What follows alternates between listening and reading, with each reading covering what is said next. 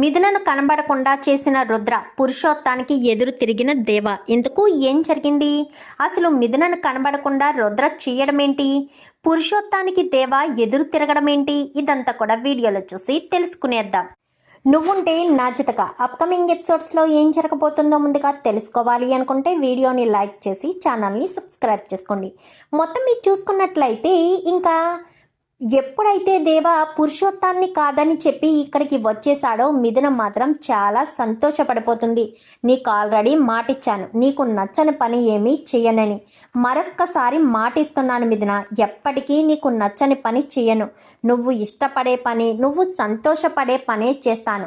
నేను ఏదొక జాబ్ చూసుకుని నిన్ను పోషించుకుంటాను.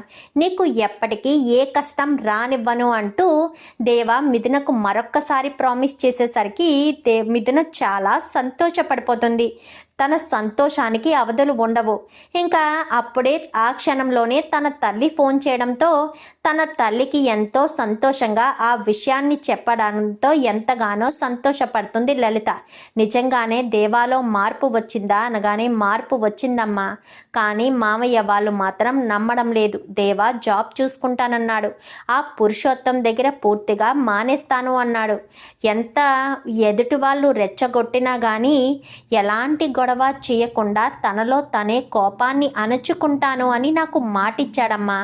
దేవా ఇచ్చిన మాట తప్పడు. నన్ను పువ్వుల్లో పెట్టుకుని చూసుకుంటాడనే నమ్మకం నాకు ఉంది అంటూ మిథున కాస్త చెప్పేసేసరికి పోనీలే అమ్మా, నువ్వు ఇంత సంతోషంగా ఉంటే నాకు కావాల్సిందేముంది? నా కూతురు భవిష్యత్తు ఎలా ఉంటుందో అనుకున్నాను. దేవాలో వచ్చి నీ మార్పు నాకు చాలా బాగా నచ్చింది. దేవా ఎప్పటికీ ఇలానే ఉంటే నువ్వు జీవితం చాలా సంతోషంగా ఉంటుంది. దేవా ఎప్పటికీ ఇలానే ఉంటాడమ్మా, నాకు మాటిచ్చాడు. ఇచ్చిన మాట దేవా తప్పడు, ఎప్పటికీ తప్పడు అని చెప్పి ఇంకా దేవా మిథున కాస్త తన తల్లి లలితతో చెప్తుంది. రేపు నిన్ను చూడడానికి రావాలని ఉంది.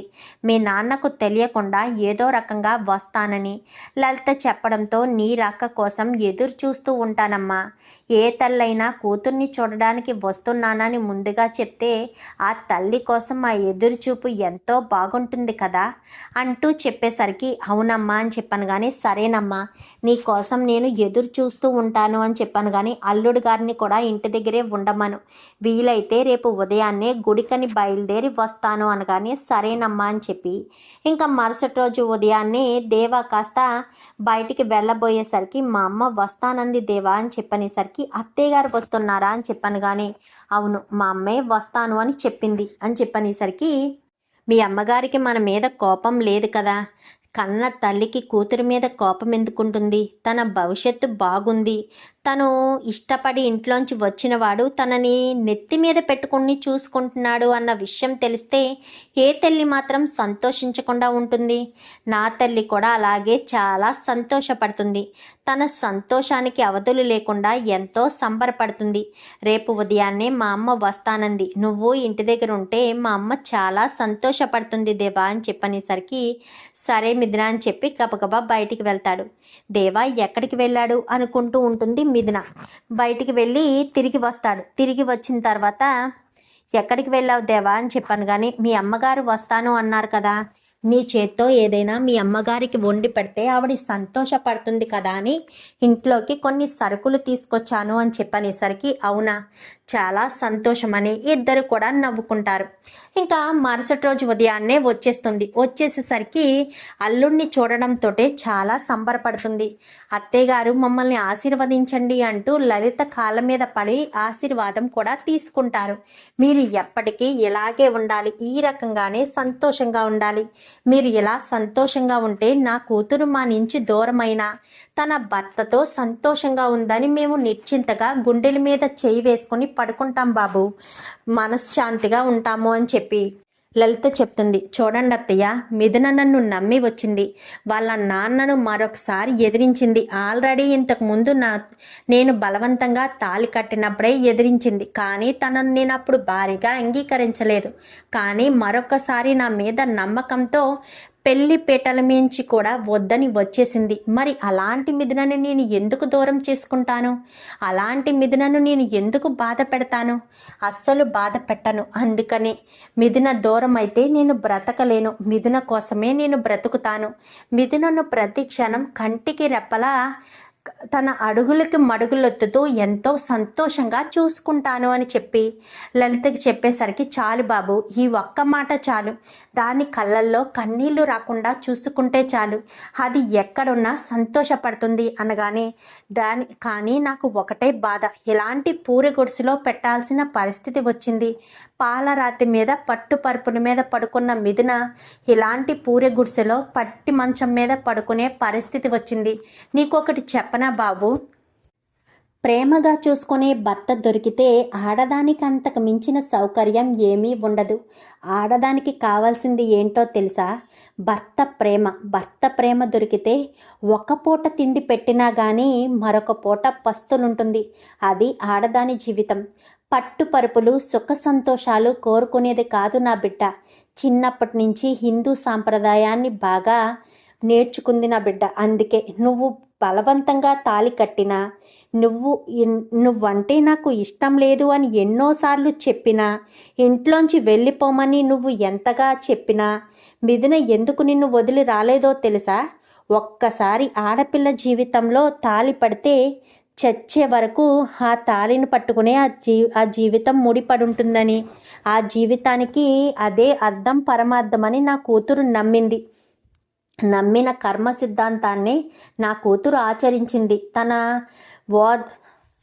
తన సహనానికి తన ఓర్పుకి ఏమాత్రం తీసిపోకుండా తను సంతోషంగా ఉంది. చూసారా?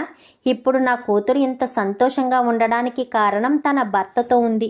తన భర్తతో ఉండడమే నా కూతురు కోరుకుంది అంటూ లలిత చెప్పేసరికి, చాలా థ్యాంక్స్ అత్తయ్య, నన్ను ఇంత బాగా అర్థం చేసుకున్నారు. నేను అర్థం చేసుకోవడం కాదు బాబు, మిథున నిన్ను అర్థం చేసుకుంది. మిథున లాంటి భార్య నాకు దక్కినందుకు చాలా సంతోషంగా ఉంది. నాలో మార్పు రావడం కోసమే ఆ భగవంతుడు మిథునను నా జీవితంలోకి తీసుకొచ్చుంటాడు అని దేవ మాట్లాడుతుండగా ఈలోపు సత్యమూర్తి వాళ్ళు బయటికి వస్తారు. బయటికి వచ్చేసరికి లలిత అక్కడికి వెళ్ళి మాట్లాడేసరికి, ఎప్పుడు ఏదో ఒక పుల్లలు పెట్టడానికి రెడీగా ఉంటుంది కదా సూర్యకాంతం. ఏంటి, మిథునను చూడడానికి వచ్చారా? మిథున చాలా సంతోషంగా ఉంది అనుకుంటున్నారేమో. రేపెప్పుడైనా దేవా మిథునను ఇక్కడి నుంచి గెంటేసేలోపు మీరే మిథునను ఇక్కడి నుంచి తీసుకువెళ్ళిపోతే అది చాలా మంచిది. మళ్ళీ మీ కూతురు ఇక్కడి నుంచి గెంటేస్తే ఎటు వెళ్ళాలో తెలియని దిక్కుతోచని స్థితిలో ఉంటుంది కదా అని చెప్పనేసరికి, ఏం మాట్లాడుతున్నావు అనగానే, తను ఎప్పుడూ అలానే మాట్లాడుతుందిలేండి, తన గురించి మీరు ఆలోచించకండి. మీరు తన గురించి ఆలోచిస్తే అంతా మీకు బుర్ర పని చేయదు అంతే. తను ఎప్పుడూ కూడా ఎదుటి వాళ్ళు సంతోషపడుతూ ఉంటే చూసి వారవలేని తనం తంది. అందుకే మీరు తన గురించి ఆలోచించకండి అనగానే, ఏంటి ప్రమోదిని అక్క అని చెప్పనగానే, నేను అన్న దాంట్లో తప్పులేదు కదా, వచ్చినప్పటి నుంచి చూస్తున్నాను. దేవా మిథున అంటే చూసి ఓర్వలేకపోతున్నావు. నీకేంటి అంత కష్టం? నీకు వాళ్ళెవరో తెలియదు అని వదిలేసినప్పుడు వాళ్ళు ఎలా ఉంటే నీకెందుకు? వాళ్ళ గురించి నువ్వెందుకు మాట్లాడుతున్నావు? నీ గురించి మాత్రమే నువ్వు చూసుకో, అర్థమవుతుందా? వంట కూడా అంటూ ప్రమోదిని గట్టిగా మాట్లాడేసరికి ఇంకా ఎవరు ఏం మాట్లాడరు. సరే బాబు, నేను వెళ్ళొస్తాను. నీలో వచ్చిన ఈ మార్పుకి మీ నాన్నగారు కూడా తొందరలోనే నిన్ను క్షమించి దగ్గరికి తీసుకుంటారు అంటూ మాట్లాడేసి అక్కడి నుంచి వెళ్ళిపోతుంది ఇంకా లలిత అయితే. ఇంకా ఇదిలా ఉండగా పురుషోత్తం చాలా రగిలిపోతూ ఉంటాడు. ఎందుకంటే పురుషోత్తం దగ్గర దేవా మానేశాడన్న విషయం తెలుసుకున్న అపోనెంట్ వాళ్ళు ఇంకా పురుషోత్తం వీక్ అయిపోయాడు. పురుషోత్తం ఇంకా దేనికి పని చేయడు. ఇంకా తను వీక్ పర్సనాలిటీ అయిపోయాడు.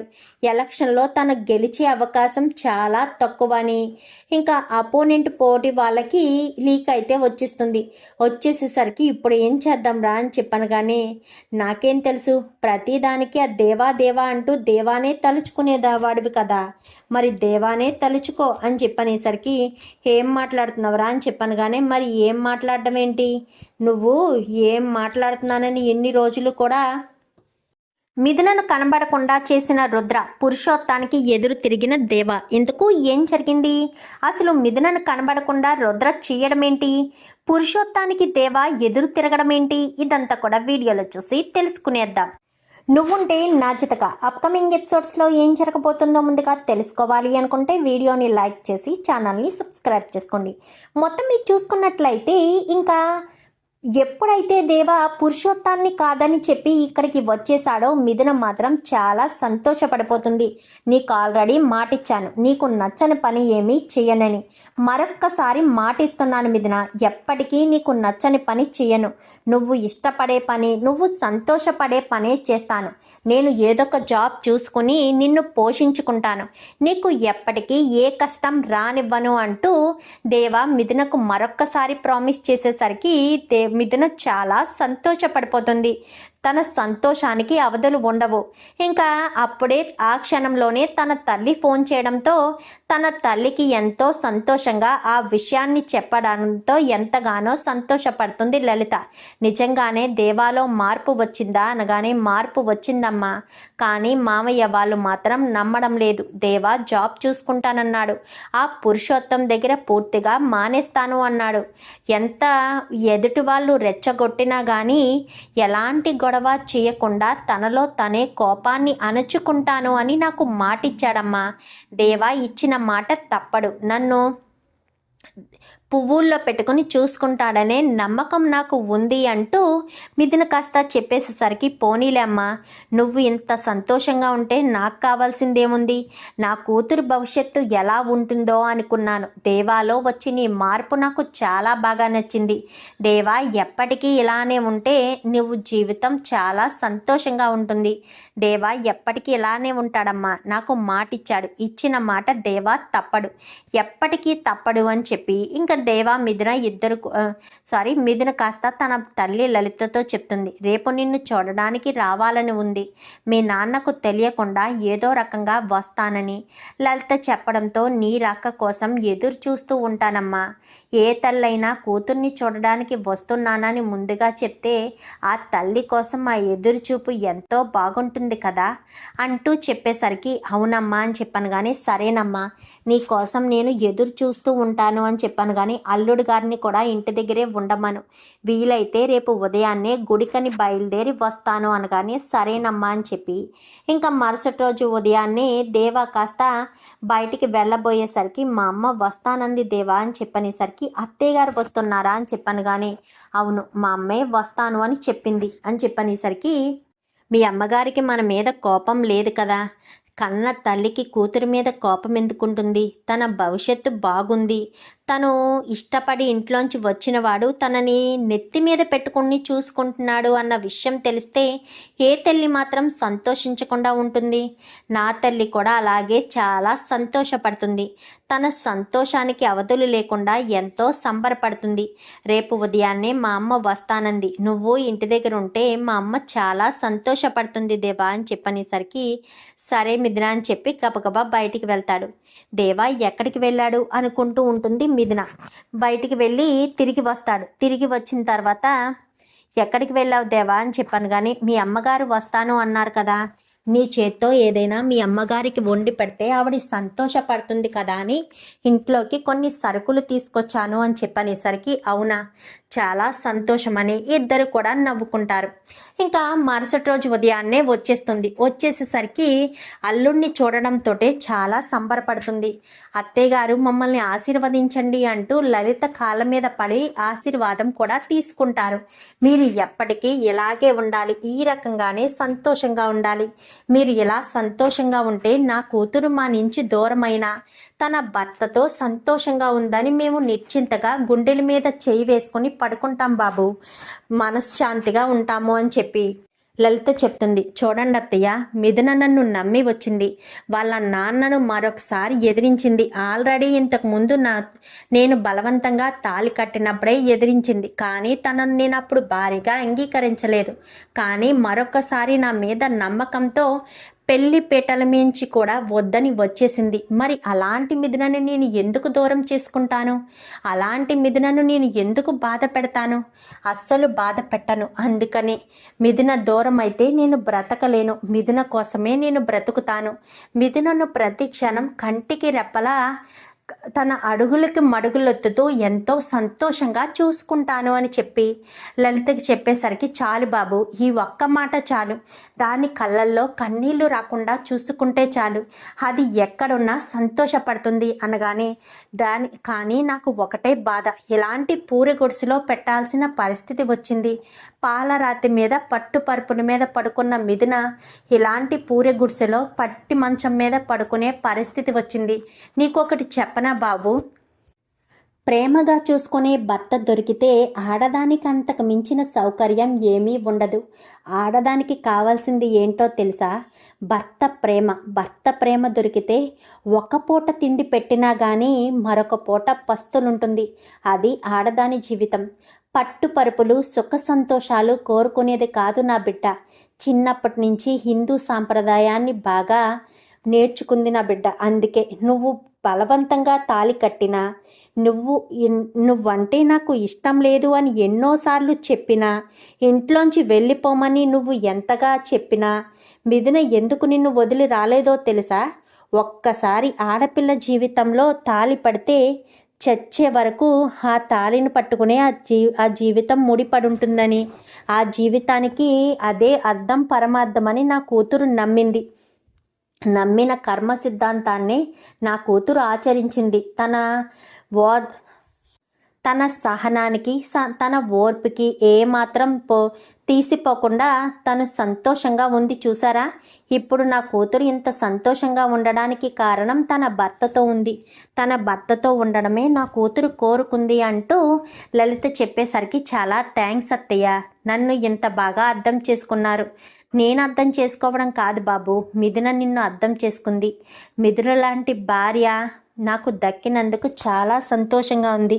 నాలో మార్పు రావడం కోసమే ఆ భగవంతుడు మిథునను నా జీవితంలోకి తీసుకొచ్చుంటాడు అని దేవ మాట్లాడుతుండగా ఈలోపు సత్యమూర్తి వాళ్ళు బయటికి వస్తారు. బయటికి వచ్చేసరికి లలిత అక్కడికి వెళ్ళి మాట్లాడేసరికి, ఎప్పుడు ఏదో ఒక పుల్లలు పెట్టడానికి రెడీగా ఉంటుంది కదా సూర్యకాంతం.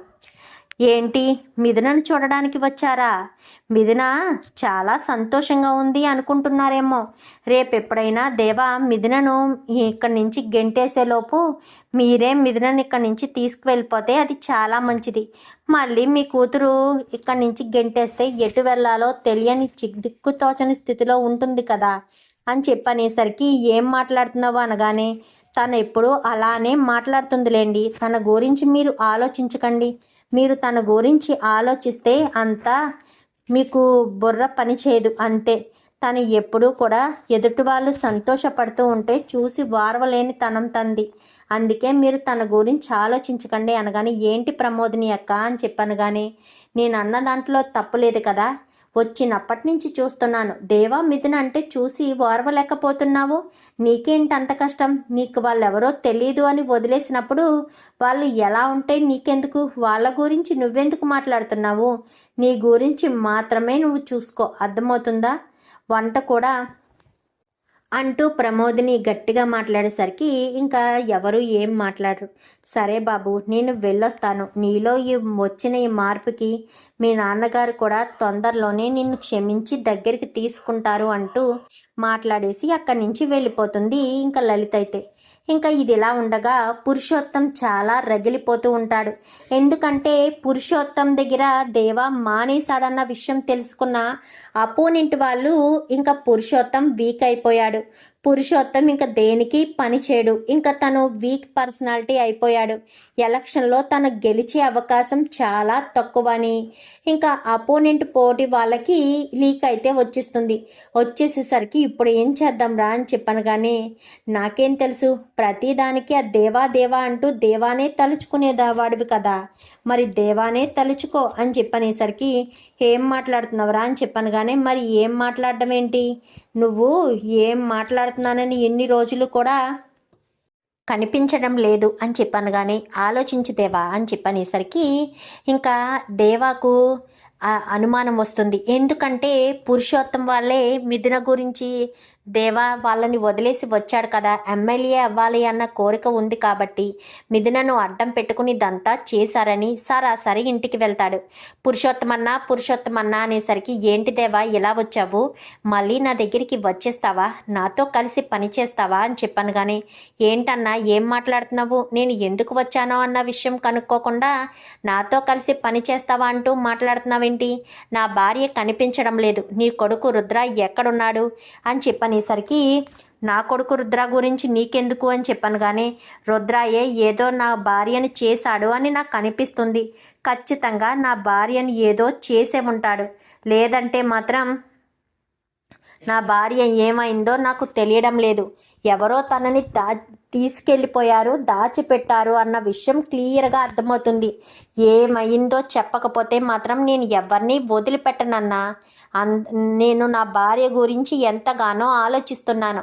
నా భార్య గురించి నేను ఇంతలా ఆలోచించిన తర్వాత కూడా నా భార్యని ఏదో చెయ్యాలని ఎవరైనా ప్రయత్నిస్తే మాత్రం వాళ్ళని అస్సలు వదిలిపెట్టను అంటూ దేవా చెప్పేసేసరికి ఏంట్రా ఏం మాట్లాడుతున్నావు అంటే, నా కొడుకే నీ భార్యని ఏదో చేశాడు అని నువ్వు నమ్ముతున్నావా అనగానే ఖచ్చితంగా నమ్ముతున్నానన్నా, నా భార్యని ఏదో చేసే అవసరం నీ కొడుకుకే ఉంది, నీ కొడుకే నీ దగ్గరికి నేను వస్తానని, నీ కాళ్ళ దగ్గరికి వచ్చి నీతో పని చేస్తానని అనుకుంటున్నాడు. ఎప్పటికీ చేయను, నా భార్యకు నేను మాటిచ్చాను, నా ప్రాణం పోయేంత వరకు మాట తప్పను, తన కళ్ళల్లో కన్నీళ్లు రాకుండా చూసుకుంటాను అని నేను మాటిచ్చాను, ఇచ్చిన మాట తప్పనన్నా అంటూ దేవం మాట్లాడేసరికి ఇంకా ఇదే వార్నింగ్ ఇస్తున్నాను, ఇంకొకసారి అనగాని ఏంటి దేవా నా కొడుకు ఎందుకు చేస్తాడు అనగాని నీ కొడుకే చేశాడు అంటూ కాలర్ పట్టుకునేసరికి దేవా నన్ను మర్చిపోయావా అనగాని నా భార్య జోలికి వస్తే అన్న తమ్ముడు అని ఎవరిని చూడనన్నా, ఎవరినైనా సరే ఇలాగే మాట్లాడతానంటూ కాలర్ పట్టుకుని మరీ వార్నింగ్ ఇస్తాడు. ఈలోపు రుద్ర కాస్త వస్తాడు. వచ్చేసరికి రుద్ర చెంప పగలగొట్టి నా భార్యని ఎక్కడికి తీసుకెళ్ళావరా అని చెప్పాను. కానీ నీ భార్యని నేనెందుకే తీసుకెళ్తాను దేవా అని చెప్పనేసరికి లేదు, నా భార్యని నువ్వే ఎత్తుకెళ్ళావు, నా భార్య జోలికి వచ్చింది నువ్వేనన్న విషయం నాకు తెలిసినా నా భార్య ఎక్కడుందన్న విషయం నేను ఖచ్చితంగా కనుక్కుంటాను, తన ప్రాణాలకి ఏదైనా చిన్న అపాయం జరిగినా కానీ ఎవరిని వదిలిపెట్టను. ఏ ఎమ్మెల్యే సీటు కోసమైతే ఎంత ఆరాటపడుతున్నారో అది దక్కే అవకాశం కూడా లేకుండా చేస్తానన్నా, అది గుర్తుపెట్టుకో అని చెప్పి ఇంకా చాలా కోపంగా దేవా కాస్త అక్కడి నుంచి వెళ్ళిపోతాడు. ఏం చేసావరా అనగాని మిథునను నేనే దాచిపెట్టాను నాన్న అంటూ రుద్ర కాస్త చెప్తాడు. నీకేమన్నా పిచ్చి పట్టిందా, ఆ దేవా భార్యను నువ్వు దాచిపెట్టడం ఏంట్రా, నువ్వే గనక దేవా భార్యను ఏదైనా చేసావు అన్న విషయం దేవాగాడికి తెలిసిందా అనుకో, దేవాగాడు నిన్ను వదిలేస్తాడనుకుంటున్నావా, నీ ప్రాణాలు తీస్తాడ్రా అని చెప్పనగానే నా ప్రాణాలు తీసే వరకు వస్తే వాడి భార్యని కూడా నేనే ప్రాణాలు తీసేస్తాను, వాడు నన్నేం చేస్తాడు నాన్న, నువ్వు ఎమ్మెల్యే అయ్యేంత వరకు నేను ఆ మిథునను వదిలిపెట్టను, వాడు ఎలా నిన్ను ఎమ్మెల్యే కాకుండా చేస్తాడో అది చూస్తాను, వాడి భార్య కోసం వాడు పిచ్చి కుక్కలా సిటీ అంతా తిరుగుతూ ఉండడం నేను చూడాలి, వాడు నా ఒంటి మీద చేసుకుంటాడా, నా కాలర్ పట్టుకుంటాడా, అస్సలు వదిలిపెట్టనన్నా, నా ఈగోని టచ్ చేసిన వాడిని అంత ఈజీగా ఎలా వదిలేస్తాననుకుంటున్నావు, అస్సలు వదిలిపెట్టను అంటూ రుద్ర కాస్త చెప్తాడు.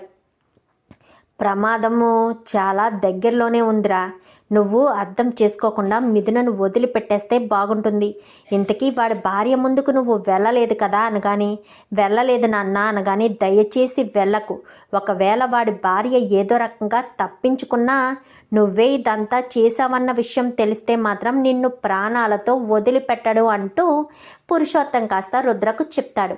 మరి దేవా మిథున కోసం ఎన్ని పాటలు పడతాడు, మిథునను దాచిపెట్టింది రుద్ర అన్న విషయం తెలిస్తే రుద్రకు ఎలాంటి గతి పట్టిస్తాడు, రుద్రను ప్రాణాలతో వదిలేస్తాడా లేక ప్రాణాలు తీసి పురుషోత్తాన్ని రుద్రని ఎలాంటి ముప్పు తిప్పలు పెడతాడు చూద్దాం. మరి రాబోయే ఎపిసోడ్స్లో ఏం జరుగుతుందో వీడియో నచ్చితే లైక్ చేసి ఛానల్ని సబ్స్క్రైబ్ చేసుకోండి. Thank you for watching.